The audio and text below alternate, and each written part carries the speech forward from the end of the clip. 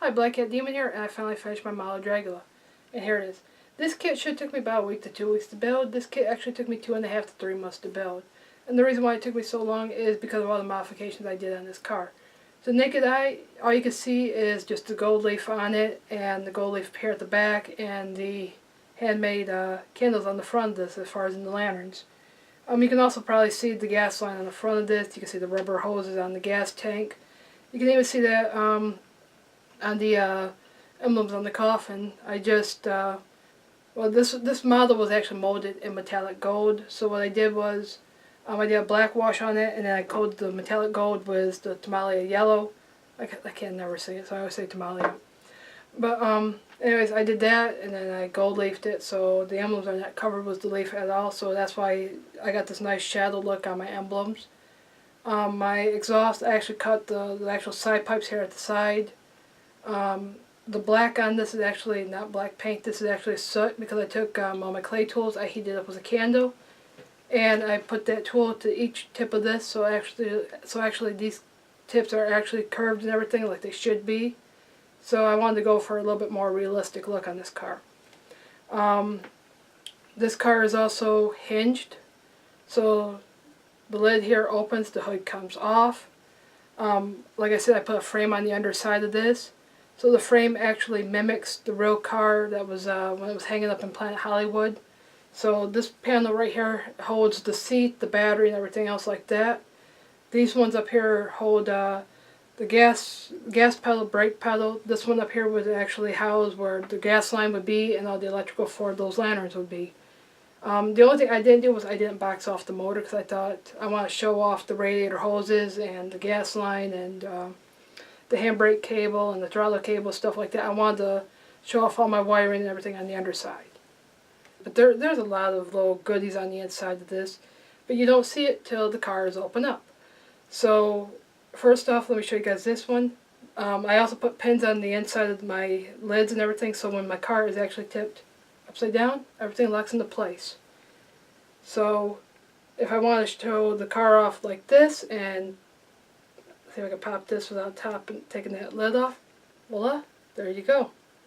If I want to take the lid off, let me just pop that air breather off, and it's been a pain today.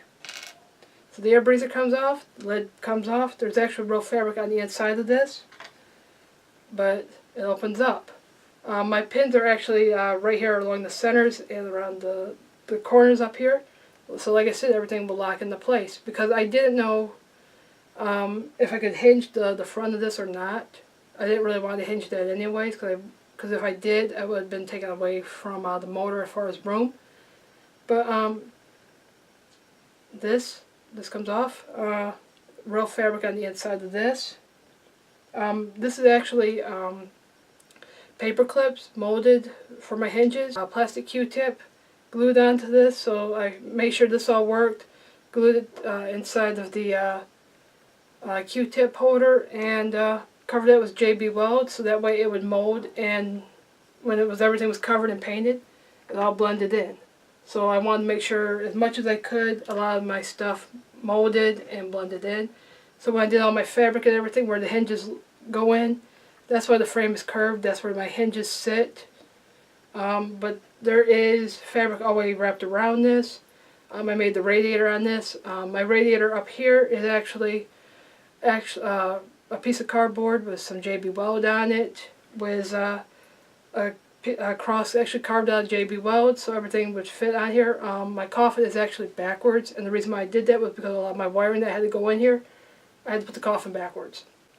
The gauges are painted like the real car. I also painted the differential down here. What I actually did was I took a little bit of JB Weld, put it over top of the differential, molded it just like the real car, painted it purple, and I took a chrome marker, Melatow I think it is, and I actually drew up my spider web with a black dot in the center to represent the spider. On the real car, that is actually purple fabric with gold braiding, and it has a spider in the center of it. The kit does come with a decal that you can put over top of your differential. This is actually still the AMT Round 2 kit. It's just molded with a Revell dragster body from 62, 63 over top of that, and I just went from there. So this is the same kit you would buy and you could build and everything. It's just I added more to it. Like I said, I made my own candles for my lanterns. So this car has custom made candles. The coach has candles made for it. There's no how-tos on that. I actually just did that myself with toothpicks and glue. But the kit is not a bad kit. It's a finicky kit. If you add to it, I highly recommend it. If you want to cut it, go for it. It took me a couple hours to do mine because it just took so long because I didn't know how to cut and everything. And I was watching quite a bit of videos on how to cut up this kit. But in the long run, it's not a bad model. Another thing that's cool about this kit is was it being molded, with me painting it up. Not painting it up, with me putting the gold leaf on the coffin. When the sunlight hits this thing, it actually really nicely glows and everything.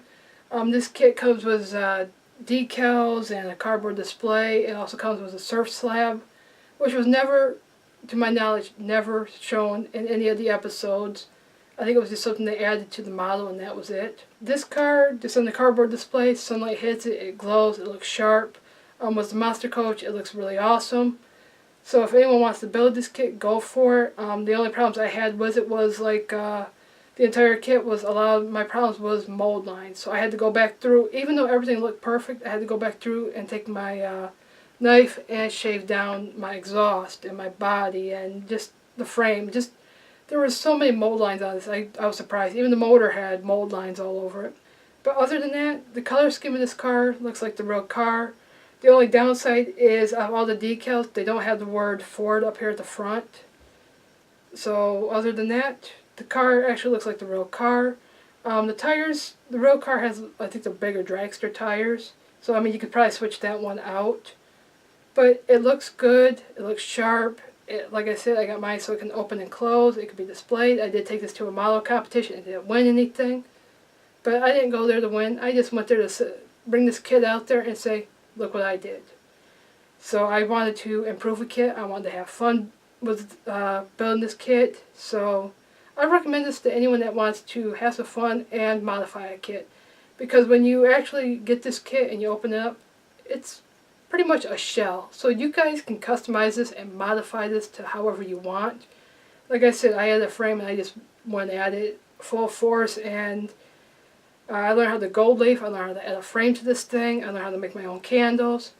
So I learned quite a bit on this kit. So bye, thanks for watching. Here's a whole bunch of photos of this car in the last couple months.